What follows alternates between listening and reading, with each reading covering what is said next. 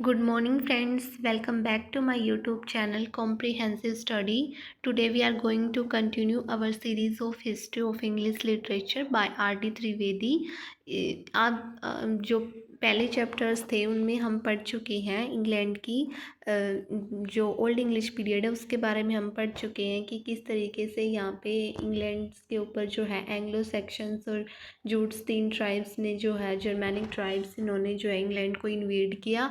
उसके बाद फिर कैसे यहाँ पे ओल्ड इंग्लिश लिटरेचर की स्टार्टिंग हुई थी। ओल्ड इंग्लिश लिटरेचर की जो मेन थीम थी वो यही थी, एक तो रिलीजियस और दूसरी थी हमारी ग्लोरिफिकेशन ऑफ वॉर या हीरोज़ के बारे में ज़्यादा लिखा गया था लिटरेचर। और उसके बाद जो रिलीजियस पोइट्स थे वो थे कैडमन एंड साइन वुल्फ।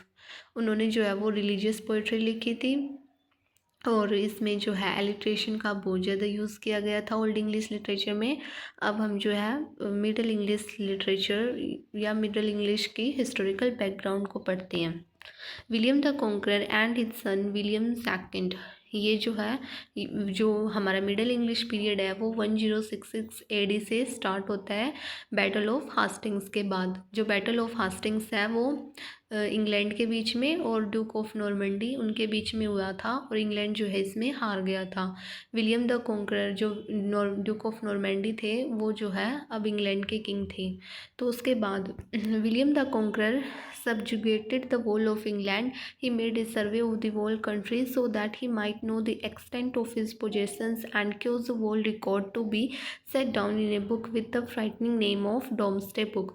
जो विलियम द कॉन्करर थे इन्होंने जो है पूरे इंग्लैंड का एक सर्वे करने की सोची थी। तो उन्होंने इंग्लैंड का सर्वे किया था ताकि वो इंग्लैंड के बारे में जान सके और उसको रिकॉर्ड कर सके। तो इसलिए उन्होंने जो है एक बुक स्टार्ट की थी, Domesday book. In spite of all care he had to fight all the time, crushing the rebellious English as well as the rebellious barons. तो इसके बाद भी वो उनको जो है रेबेलियस इंग्लिश से फाइट करना पड़ता था और जो भी रेबेलियस बैरन्स थे उनसे भी जो है उनको अपना मतलब जो रेन है वो संभालना पड़ता था। William second, his second son also called William Rufus, was like his father a stern ruler but false, unjust and greedy and was hated by the people. जो विलियम द कॉन्करर थे उनके सन उसके बाद किंग बने उनके बेटे William रूप्स, जो कि जो है वो एक ग्रीडी किंग थे और इंग्लैंड के पीपल ने उनको पसंद नहीं किया था। He was followed by Henry first, उसके बाद इंग्लैंड के किंग बने Henry first the third son of conqueror, जो कि तीसरे बेटे थे विलियम द कॉन्करर के। He too was a hard and cruel king who kept his elder brother Robert duke of Normandy in prison all his life. ये भी जो है बहुत क्रूल थे, इन्होंने अपने भाई को ही जो कि रॉबर्ट थे उनको जो है प्रिजन में रखा था all life. However he endeared himself to the English by marrying Matilda of Scotland, लेकिन उन्होंने जो है उनकी शादी जो है वो किससे हुई थी, मटिल्डा ऑफ स्कॉटलैंड से हुई थी, जो कि प्रिंसेस थी। Who was descended from the ancient king of Wessex, जो कि मतलब पुराने जो किंग ऑफ वेसेक्स थे उन्हीं की वंशज थी। This marriage serve to bring the two races together, तो इस मैरिज से जो है वो टू रेसेस एक साथ हो गई थी। किसकी मैरिज से, जो थे हमारे हेनरी फर्स्ट उनकी मैरिज से। Henry first son having been drowned, he was succeeded by Stephen his grandson, तो उनका कोई बेटा नहीं था तो वो ड्रोन्ड हो गया था। तो उनका जो है ग्रैंडसन वो बना था उसके बाद इंग्लैंड का king. But Henry's daughter Maud और Matilda disputed the succession and there was a civil war. अब ग्रैंडसन बना तो हेनरी फर्स्ट की जो डॉटर्स थी उनके बीच में इसको लेकर डिस्प्यूट हो गया। लेकिन जो मॉड थी, but as Maud had married foreigner, तो उसने जो है फॉरेनर से शादी की थी, तो there was a prejudice against her and she was defeated, इसलिए उसको हरा दिया गया। In the meanwhile however the country was at the mercy of the barons who did what they pleased, perpetrating unspeakable tortures on the people. Stephen's reign was one of the worst in English history. तो जो ये Henry first के grandson थे Stephen, इनका rain जो है England के सबसे बुरे टाइम में से एक था। Henry's second son, Matilda's son, was succeeded. Stephen was a very strong king. उसके बाद हेनरी सेकंड जो है इंग्लैंड के किंग बने, जो कि मटिल्डा के बेटे थे। तो उन्होंने जो है वो स्टीफन के बाद वो बने king. The barons had grown very powerful during Stephen's reign, but he succeeded in subduing them and restoring order in the country. जो barons थे वो स्टीफन के टाइम पे बहुत स्ट्रॉन्ग थे, लेकिन हेनरी सेकंड जब इंग्लैंड के किंग बने तो उन्होंने जो है वो इंग्लैंड को बहुत अच्छे तरीके से मैनेज किया। The church was very powerful, but Henry's attempts to bring the church under his control failed principally because of his headstrong temper. He quarreled with Thomas A. Becket or the Archbishop of Canterbury and caused him to be murdered. जो ये बहुत important है, क्योंकि जो Henry second थे उन्होंने जो है चर्च के ऊपर कंट्रोल करने की सोची थी, लेकिन वो फेल्ड हो गए थे, क्योंकि चर्च का उस टाइम पे इंग्लैंड में चर्च बड़ी इम्पोर्टेंट थी। तो उनका जो कि ये थॉमस ए बैकेट है, जो कि कैंटरबरी के आर्क बिशप थे, उनके साथ इनका झगड़ा हुआ था and caused him to be murdered, और उन्होंने उसको मरवा दिया था। This was a very serious thing and the result was that Becket was regarded as a martyr and the church continued to enjoy its special privileges for another 300 years. ये incident England की history में बड़ा important है, क्योंकि T.S.. Elliot ने भी इसके बारे में लिखा है, थॉमस ए बैकेट के बारे में, कि ये जो है इंग्लैंड के एक तरीके से ये जो है इंग्लैंड के एक मार्टियर बन गए थे, कि शहीद का दर्जा मिला था इनको, क्योंकि इन्होंने जो है वो अपनी कंट्री के लिए, अपने रिलीजन के लिए जो है अपनी जान दे दी थी। तो इसको बड़ा इंग्लिश हिस्ट्री में बड़ी इम्पोर्टेंस दी जाती है। थॉमस ए बैकेट जो कि आर्क बिशप थे कैंटरबरी के। Henry second was not only a strong king but a great one, great in the sense that he ruled not only over England but over Scotland। कि जो Henry second है वो इतने powerful king थे कि इन्होंने सिर्फ इंग्लैंड के ऊपर नहीं बल्कि स्कॉटलैंड के ऊपर भी इन्होंने रूल किया। पार्ट्स ऑफ आयरलैंड, कुछ आयरलैंड के पार्ट्स पे भी, and over more than half of France, और कुछ फ्रांस के भी पार्ट। तो ये बड़े ग्रेट किंग थे, क्योंकि इन्होंने इंग्लैंड के साथ साथ स्कॉटलैंड को, आयरलैंड को और फ्रांस, इन तीनों कंट्रीज़ के ऊपर भी रूल किया था। हिज सन रिचर्ड फर्स्ट, उसका बेटा था Richard first. The lion-hearted was of the greater part of his 10 years reign outside England, fighting in the crusades organized by European princes against the Saracens to recover the holy city Jerusalem। तो उसका बेटा भी जो है Henry second का बेटा, वो भी बड़ा पावरफुल था, क्योंकि इसके फादर जो है वो अलग अलग कंट्रीज़ के ऊपर रूल कर रहे थे, तो ये भी अपने फादर की बहुत हेल्प करते थे। तो इन्होंने भी जो है वो इंग्लैंड को अच्छे तरीके से रूल किया। While returning home, he was imprisoned by Leopold, Duke of Austria, whom he had offended during the crusade। तो एक क्रूसेड हुआ था, इसको लॉयन हार्टेड बोला जाता है, क्योंकि ये बड़ा क्रूल था, पावरफुल था। तो उनको जो है उनका यूरोपियन प्रिंसेस के साथ में झगड़ा हो गया था to recover the holy city Jerusalem को लेकर। तो उसके बाद इनको इम्प्रिजन कर लिया, किसने? लियोपोल्ड ने, जो कि डूक ऑफ ऑस्ट्रिया थे। उन्होंने जो है इनको कैद कर लिया, whom he had offended during the crusade। He was ultimately ransomed but was killed fighting against the King of France, who was trying to annex parts of French territory belonging to the King of England। तो उन्होंने जो है he was ultimately ransomed but was killed, उनको मार दिया गया fighting against the king of France. क्यों? जब वो किसके साथ फाइट कर रहे थे? किंग ऑफ फ्रांस के साथ जो है फाइट कर रहे थे, उस टाइम पे ये इनकी डेथ हो जाती है। John's Richard brothers who succeeded him was the worst king of England has ever had. Richard के भाई थे जॉन, जो कि इंग्लैंड के सबसे बुरे किंग्स में से एक थे। ही वॉज इंडोलेंट, वीक थे, ट्रेचरस थे, and he murdered his little nephew Arthur, a deed which horrified the country. उन्होंने जो है वो अपने जो है वो नेप्यू को भी मरवा दिया था। तो ये सबसे बुरे किंग थे। He was forced to sign the Magna Carta, इनको फोर्स किया गया मैग्ना कार्टा साइन करने के लिए। मैग्ना कार्टा क्या है कि मैग्ना कार्टा एक तरीके से हम कह सकते हैं कि एक ऐसा प्रिंसिपल है जिसने ये एस्टेब्लिश किया था कि everyone including the king was subject to the law, मतलब चाहे वो किंग हो, चाहे वो कोई नेटिव पीपल हो, कोई भी हो, सिटीजन हो, सबको जो है वो लॉ के नीचे रहना होगा, कानून का पालन करना होगा, चाहे वो बेशक से किंग हो। तो इन्होंने जो है मैग्ना कार्टा को साइन किया। किसने? जॉन ने। Yet one great consequence followed from this loss. English king now began to pay more attention to England, and English appeared. The two races began to mix more freely and learn and speak each other's language. The process of intermingling of the two languages ultimately gave to England its natural speech. उसके बाद जो है वो Magna Carta के sign होने के बाद England जो है वो yet one great consequences followed from this loss. English king now began to pay more attention to England and English affair. उस मैग्ना कार्टा के साइन करने के बाद इंग्लिश किंग ने ज़्यादा ध्यान जो है वो इंग्लिश अफेयर्स के ऊपर लगाना शुरू कर दिया, ना कि वॉर्स के ऊपर।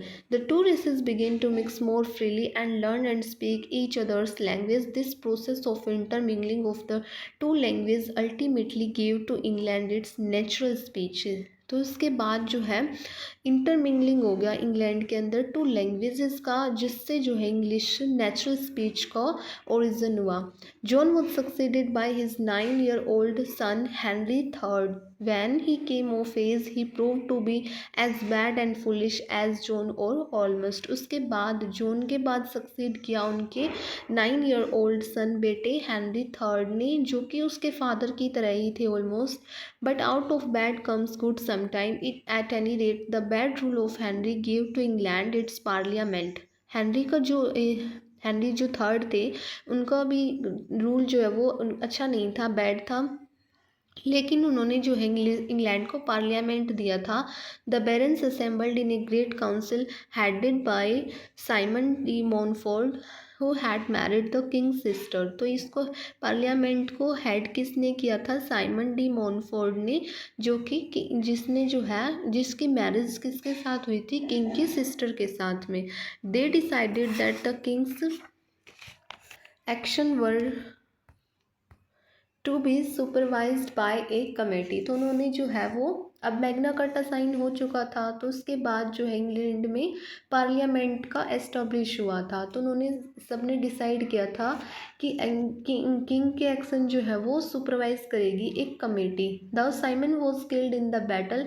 This council called in history Simon's parliament was continued by Edward first and became a permanent institution to check misrule. तो इसके बाद जो है इसको हम इस साइमन की तो डेथ हो गई थी एक बैटल में, लेकिन जो उन्होंने पार्लियामेंट बनाई थी उसको जो है इंग्लैंड में आगे कंटिन्यू रखा गया। किसके द्वारा? एडवर्ड फर्स्ट के द्वारा, जिन्होंने जो है बिकेम उसके बाद ये जो कमेटी है, ये जो पार्लियामेंट है, ये जो है एक परमानेंट इंस्टीट्यूट बन गई to check the misrule of king. तो इंग्लैंड के ऊपर इस तरीके से पार्लियामेंट का एस्टेब्लिश हुआ। Edward first conquered Wales, and to show that the conquest was to be permanent, conferred on his son the title of Prince of Wales, a title ever since held by the eldest son of English kings. तो Edward जो first थे, उन्होंने conquered कर लिया था Wales को, and to show the conquest was to be permanent, कि अब उनकी जो जीत है वो परमानेंट है। Conferred on his son the title of prince of Wales. तो अपने बेटे को प्रिंस ऑफ वेल्स बोला उसने।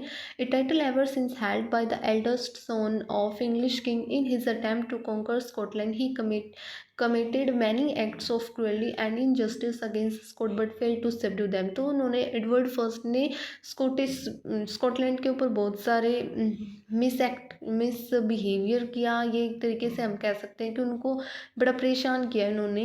His son Edward II was too weak king to succeed where his father had failed and was defeated at Bannockburn The Scots even ravaged the north of England. The king was deposed and his son Edward III was put on the throne.